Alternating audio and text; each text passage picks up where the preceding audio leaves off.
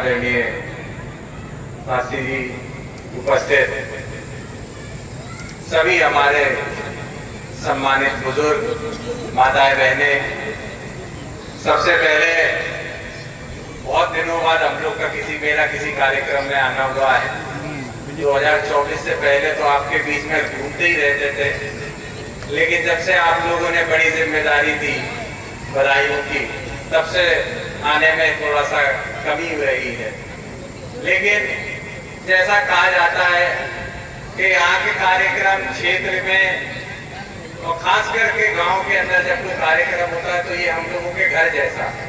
यहाँ बैठे एक एक बुजुर्ग से हम लोगों का पीढ़ियों का रिश्ता है। तो यहाँ पे कुछ भाषण देने की बड़ी बात करने की हम लोग को जरूरत नहीं। हम लोग आपके बच्चे हैं, आप ही लोगों ने पाला पोसा इतना बड़ा किया है। हम लोग बस इतना कहेंगे कि अभी हम लोग प्रदेश भर में, देश भर में जो माहौल देख रहे हैं, बंगाल के चुनाव के बाद अब भारतीय जनता पार्टी ने उत्तर प्रदेश में भी लोगों को भ्रमित करना, झूठ फैलाने का काम शुरू कर दिया।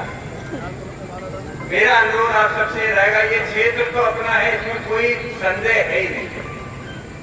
और ये गांव के अंदर तो मैं कह सकता हूं कि वोट की तो बात छोड़ दो, कोई विरोधी यहाँ पे अंदर कदम भी नहीं रख सकता। आप लोगों ने यहाँ पे इतना परचम अपना ऊपर किया।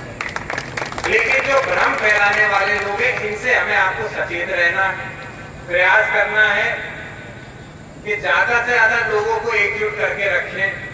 क्योंकि जिन विषम परिस्थितियों में आज हम लोग हैं, ज्यादा नहीं कहूंगा, एक उदाहरण दूंगा। आपको भी पता है कि अपने क्षेत्र में कितनी भागवतें होती हैं। कोई गांव नहीं होता जहाँ भागवत या भंडारा नहीं होता।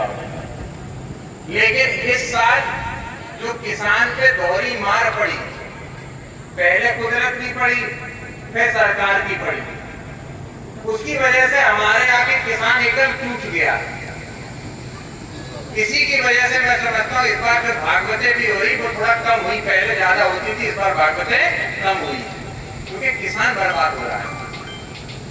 तो ये एक छोटे छोटे उदाहरण है जो हम लोगों के समाज में ये चीज को दर्शाते हैं कि किस तरीके से हम, आप और देश के किसान को पीछे धकेला जा रहा है।